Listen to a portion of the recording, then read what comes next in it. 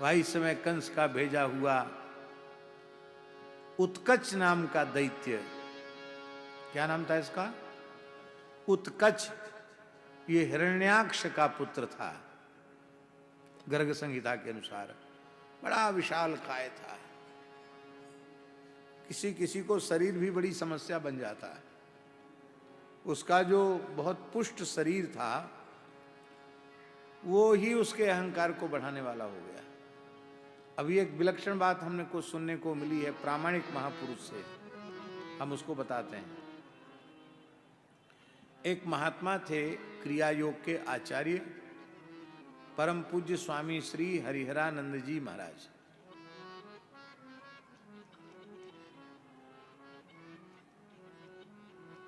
श्री स्वामी योगानंद जी का नाम आपने सुना होगा। विदेश में बहुत प्रभाव था स्वामी योगानंद जी का। आज भी विदेश की धरती पर ज्यादा से ज्यादा लोग जिनको जानते हैं वो हैं स्वामी योगानंद जी। स्वामी योगानंद जी के खास गुरु भाई थे वो स्वामी हरिहरानंद जी। 100 वर्ष के होके भगवत धाम प्रयाण किया उन्होंने। तो महाराज जी उनका शरीर इतना कोमल था जैसे उसमें पेशियां थी ही नहीं। आप अनुभव कर सकते हैं 8-9 महीने के बच्चे का शरीर कैसा होता है। उसमें कोई ऐसे भुजदंड नहीं बने होते उसके, एकदम कोमल, चरण से लेके हाथ, चरण, आधार सब एकदम। यहाँ उनके शिष्य स्वामी शुद्धानंद जी सेवा करते हुए गुरुजी दबाते हैं तो भीतर हाथ घुसता चला। जैसे अभी महाराज जी ने श्रीनाथ जी की रजाई ओढ़ रखी है, रजाई जैसा कोमल, उंगली घुस जाती है। इसका रहस्य क्या है? तो स्वामी जी ने पूछा कि तुम पूछ तो रहे हो लेकिन छोटे बच्चे में इतनी कोमलता होती, इसका रहस्य क्या है? बोले इसका रहस्य है कि वो विकार शून्य है। बोले बचपन से लेके अब तक मेरे चित्त में कभी कोई विकार ही उत्पन्न नहीं हुआ। हमको लगता है उसी का ये कारण है। आप सोचो 100 साल तक जो महात्मा जिया उसको जीवन में एक बार भी क्रोध नहीं आया। न काम जगा, न क्रोध जगा, न लोभ जगा, न मोह जगा, न आसक्ति जगी, न मात्सर्य किसी के प्रति हुआ, न किसी के प्रति ममता हुई।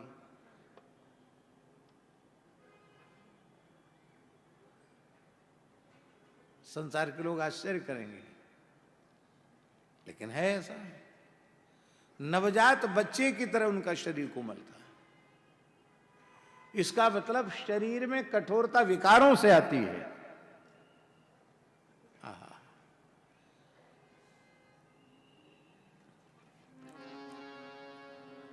तो इसका देह ही उसके लिए समस्या बन गया। विशाल देह से कभी किसी पर्वत को चूर चूर कर दे। एक दिन महर्षि लोमस के आश्रम में गया। बड़े बड़े प्राचीन वृक्ष थे, उन्हीं से ऐसे ऐसे खुजली करने लग गया और सैकड़ों आश्रम के वृक्षों को धराशायी कर दिया। आवाज सुनकर के महर्षि लोमस अपने कुटिया से बाहर निकले। अरे दुष्ट, पूरे आश्रम को तूने नष्ट भ्रष्ट कर दिया, ध्वस्त कर दिया। तुझे अपने देह का बड़ा अभिमान है, इसी क्षण देह रहित हो जा। देह रहित हो गया। अब केवल जीवात्मा बचा उसका। उसने कहा महाराज मेरे अभी आयु का भोग तो हुआ नहीं और आपने मुझे देह बना दिया, तुम्हें अब निर्वाह कैसे करूंगा? रोने लग गया, क्षमा करो। महर्षि को दया आई। बोले अब तू जिसका आश्रय लेगा वही तेरा शरीर माना जाएगा। तो ये असुर बड़े दीर्घजीवी भी होते हैं। ये था तो सतयुग का महाराज, लेकिन द्वापर में कंस से इसकी बड़ी मैत्री थी। कंस के भेजने पर ये बालकृष्ण को समाप्त करने के लिए आया। छकड़े में आकर बैठ गया। छकड़े को संस्कृत भाषा में शकट कहते हैं। तो शकट में आकर बैठ गया तो शकट को ही उसका शरीर मान लिया गया। इसलिए लोग उसको, जैसे मंचाह वदंती प्रयोग होता है ना, मंचाह वदंती, मंच थोड़ी बोलता है, मंचस्थाह वदंती उसका अर्थ होता है। ऐसे ही शकट तो निर्जीव वस्तु है, पर शकट में एक चेतन ने आश्रय ले लिया, इसलिए उसका नाम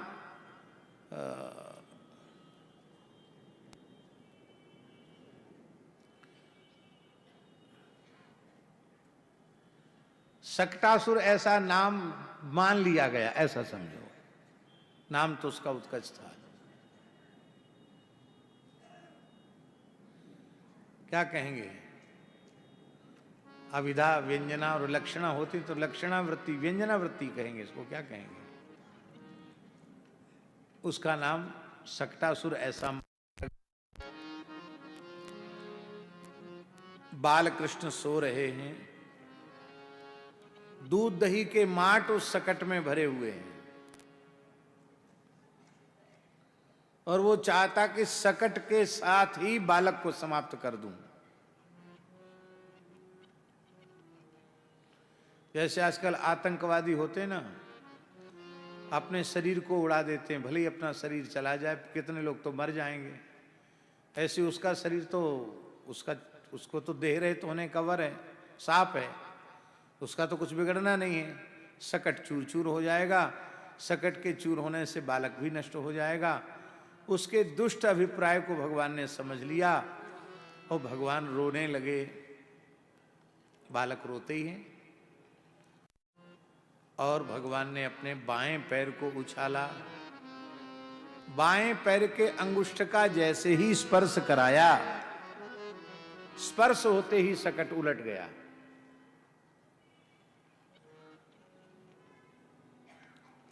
हमारे पूज्य गुरुदेव भक्तमाली जी कहते थे, ठाकुर जी ने ये लीला इसलिए की कि दधि कांधों में नंदोत्सव में तो इतना दूध दही उछाला, वो आज तुम सब सूखे सूखे नाच रहे हो, हमारे जन्म का नक्षत्र है, हमारी सी वर्षगांठ मना रहे हो, जन्म का नक्षत्र मना रहे हो, और सूखे सूखे नाच रहे हो। तो भगवान ने शकट भंजन करके दूध दही फैला दिया, मक्खन के लौंदा तैरने लगे, और ठाकुर जी ने एक नया दधी कांधो कर दिया। अब वो आवाज जो बर्तनों के टकराने की, फूटने की, दूध दही फैलने की, वहां तक दूध दही बह के आ गया। देखा तो ग्वाल बाल गोपियां सब दौड़े शकट के पास।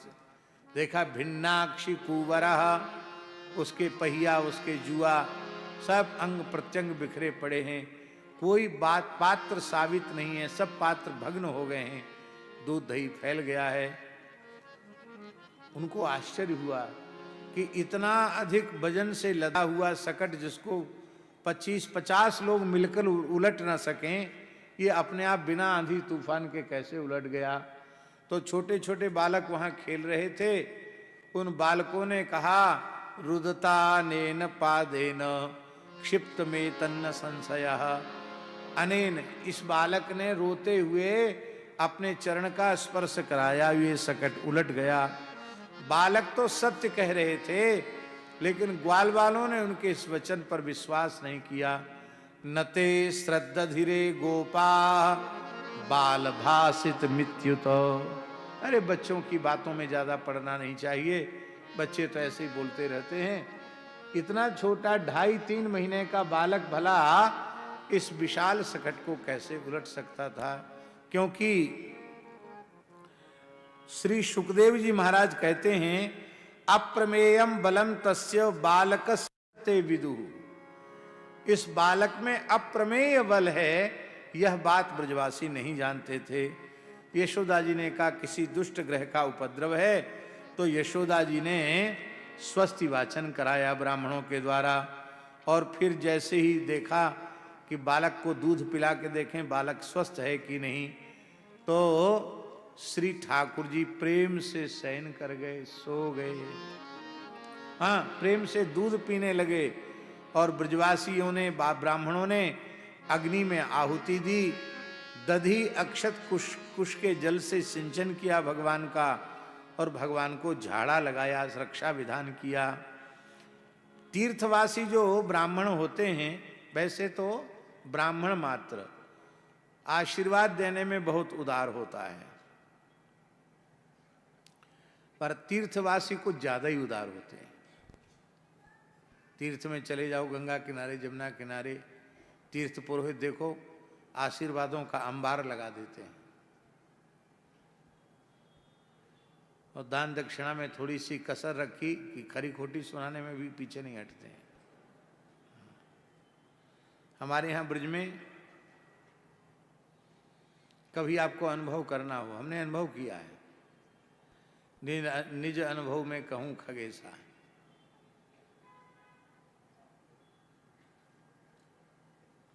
कुछ भक्तों के साथ गए नंदगांव, भगत थे कुछ। अरे बाबा हम तो तुझे पहचाने, तू हमारो बड़ो पुरानो, अरे ब्रजवासी ब्राह्मण में तू बड़ो प्रेम करे, ला दक्षिणा दिवा, आज छनेगी घुटेगी जय जयकार बोलेगी। हाँ,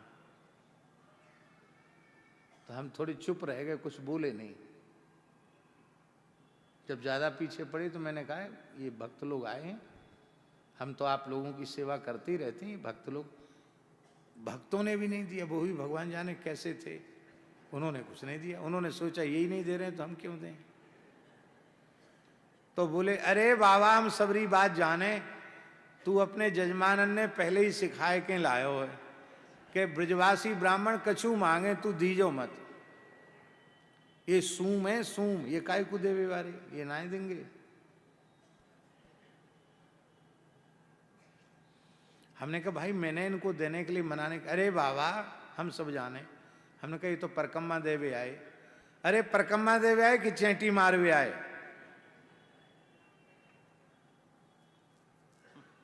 पुरानी बात है, 20-25 साल हो गया होगा।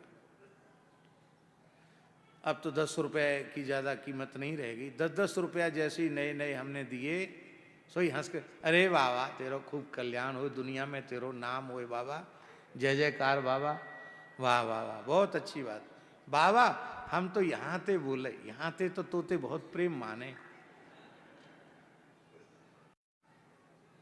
बोलो भक्तवत्सल भगवान की जय। देखो तीर्थ में जाओ तो तीर्थवासी ब्राह्मण की सेवा अवश्य करना। तीर्थ पुरोहित की सेवा न करने पर तीर्थ जाने का पुण्य नहीं मिलता। इसलिए गंगा यमुना वृंदावन अयोध्या कहीं जाओ, तीर्थ स्नान करो व्यास जी, तो कोई एक ब्राह्मण वहां हो उसको कुछ दो, तब तीर्थ स्नान का पुण्य मिलेगा। आप लोग कहें हमें पुण्य का लोभ नहीं है, तो कम से कम दूसरों को प्रेरणा मिले इसके लिए तो दो।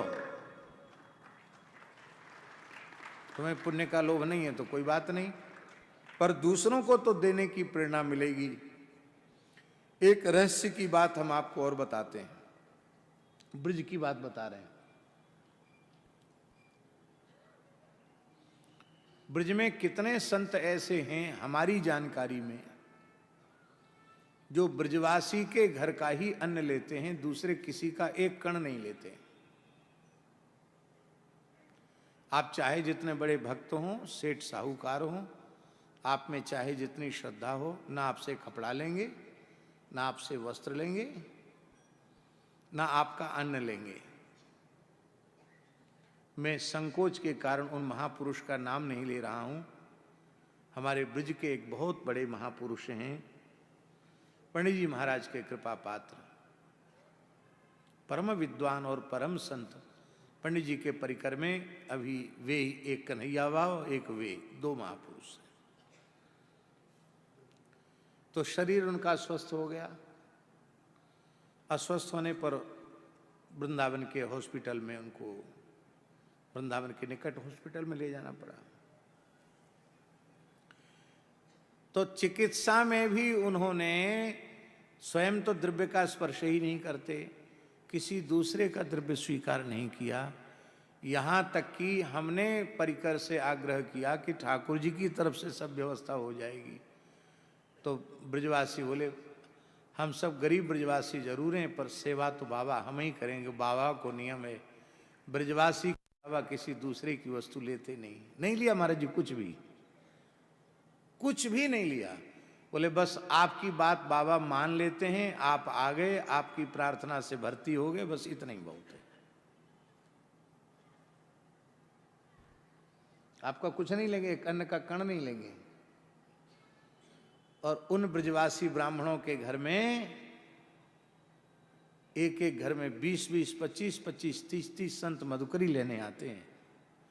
वे संत आते हैं जो किसी का भी एक अन्न का कण नहीं लेते हैं। तो अब ध्यान में आई बात नहीं आई? आप उन संतों की सेवा करना चाहते हैं तो उन ब्रजवासियों की सेवा करें, क्योंकि ब्रजवासियों की सेवा करने के ब्याज से आपका कुछ अंश ऐसे नाम जापक धामवासी संतों की सेवा में लग जाएगा। इसलिए तीर्थ पुरोहित, पंडा, पुजारी, उनका कभी तिरस्कार नहीं करना चाहिए। व्यासी ये देश का दुर्भाग्य है और इसमें चलचित्रों की बड़ी महत्वपूर्ण भूमिका है। सिनेमा जगत ने पंडा, पुजारी, ब्राह्मण, संत, इनको तिरस्कृत करने का, इनको नीचा दिखाने का, हिंदू समाज इनसे विमुख हो जाए, इसके लिए पूरा प्रयास किया है, आज भी कर रहे हैं। और इन पर अंकुश नहीं लगाया गया तो ऐसा ही प्रयास करते रहेंगे। हमने तो सिनेमा देखा नहीं, पर सिनेमा देखने वाले लोग कहते हैं कि उसमें कोई पंडा दिखाएंगे, ब्राह्मण दिखाएंगे, पुजारी दिखाएंगे तो उसको बहुत झूठ बोलने वाला, छल करने वाला, दंभ करने वाला, कपट करने वाला और ठगने वाला ऐसा दिखाएंगे। साधु संत को दिखाएंगे तो उसको भी बहुत हीन करके दिखाएंगे, और विधर्मियों को दिखाएंगे तो उनको बड़ा ईमानदार, बड़ा वफादार, बड़ा न्यायवादी ऐसा करके दिखाएंगे। हम अपने अतीत को भूलते चले जा रहे हैं। बोलो वृंदावन बिहारी लाल की जय। व्यास जी जब होटल वगैरह नहीं थे, धर्मशालाएं भी उतनी अधिक नहीं थी, तब तीर्थयात्री जाकर पंडों के घरों में रुकते थे और उन्हीं की सेवा करके आते थे। मार्ग इतना सुरक्षित नहीं था तो वे बहुत सामान नहीं ला सकते थे, फिर वो पंडा जब वहां जाते थे तो वहां से कुछ लेके आते थे, यजमानी से कुछ लेके आते थे। इस तरह से यजमान और तीर्थ पुरोहित का परस्पर का प्रेम था। तो ब्रजवासी ब्राह्मण खूब आशीर्वाद देवे लगे, तो ब्रजवासी हंसवे लगे उनके आशीर्वादन को सुन के। तो उस समय 2 श्लोक सुखदेव जी ने यहां कहे हैं, वो कहकर के हम अपनी वाणी को विराम देंगे। आशीर्वाद किसका सफल होता है? संतों का, ब्राह्मणों का, बड़ों का, पूज्यों का आशीर्वाद सफल होता है, यही कहा जाता है कि नहीं कहा जाता है? पर आशीर्वाद देने वाला कैसा होना चाहिए? ये सूयानृत दंभेर्ष्या हिंसा मान विवर्जिता न तेषां सत्यशीलाना माशिषो विफलाकृता। लिखने योग्य श्लोक है। जिन ब्राह्मणों में, संतों में असूया दोष नहीं है। असूया दोष जानते हैं? गुणों में दोष देखना। बहुत से लोग होते हैं, विद्वान तो होते हैं, पर उनको दोष ही दोष दिखते हैं, गुण नहीं दिखते हैं। अनृत झूठ बोलते हैं, दंभ होता है, जो हैं वो छिपा लेना, जो नहीं है वह लोगों के सामने अपने को प्रस्तुत कर देना। मनवाणी क्रिया से हिंसा करने वाले होते हैं, अभिमानी होते हैं। ऐसे लोग चाहे जितनी तपस्या कर लें और चाहे जिसको चाहे जितना बड़ा आशीर्वाद दे दें, उनका आशीर्वाद सफल नहीं होता। और व्यास जी जब आशीर्वाद सफल नहीं होता तो श्राप सफल कैसे हो जाएगा? वो श्राप भी देते रहें तो भी कुछ नहीं होता है। आशीर्वाद और शाप किसका फलित होता है? जिनमें असूया दोष नहीं है, जो कभी झूठ नहीं बोलते हैं, जिनमें दंभ नहीं है, जिनमें ईर्ष्या नहीं है, जिनमें हिंसा नहीं है, जिनमें अहंकार नहीं है। ऐसे सत्यशील जो साधक हैं, संत हैं, ब्राह्मण हैं, वे अपनी वाणी से जो कह देते हैं वो हो जाता है। उन्हीं के लिए कहा गया, जो न करे लकीर सो करे फकीर। ये है। और एक और श्लोक है, विप्रा मंत्र विदो युक्तास्तैया प्रोक्तास्तथा शिषा ता निष्फला भविष्यन्ति न कदाचिदपि स्फुटम। जो मंत्रज्ञ ब्राह्मण प्रसन्न होकर किसी को आशीर्वाद देते हैं, वह कभी जो है झूठ नहीं, असत्य नहीं होता। विप्रो मंत्र विदा युक्ता, मंत्रज्ञ ब्राह्मण मंत्र पढ़कर आशीर्वाद देते हैं, वो कभी निष्फल जाता नहीं है। इसलिए ब्राह्मणों ने जो आशीर्वाद दिया है वो फलित होगा। ब्राह्मणों के आशीर्वाद से ही हमारे बालक की रक्षा हो रही है। बाचेत्वा स्वस्थेनम नंद गोप समाहिता हुत्वा चाग्निम द्विजातिभ्य प्रादादन्नम महागुणम। महागुणम अन्नम प्रादाद। महान गुणयुक्त अन्न क्या है? अन्न शब्द का अर्थ चावल होता है। विशेष रूप में अन्न शब्द का अर्थ चावल ही है। भारत देश में भी ज्यादा से ज्यादा प्रांत अन्न चावल खाने वाले हैं। चावल खाने वालों में गेहूं खाने वालों से दिमाग ज्यादा होता है। हाँ, बुद्धि ज्यादा होती है। आप शोध करके देख लो।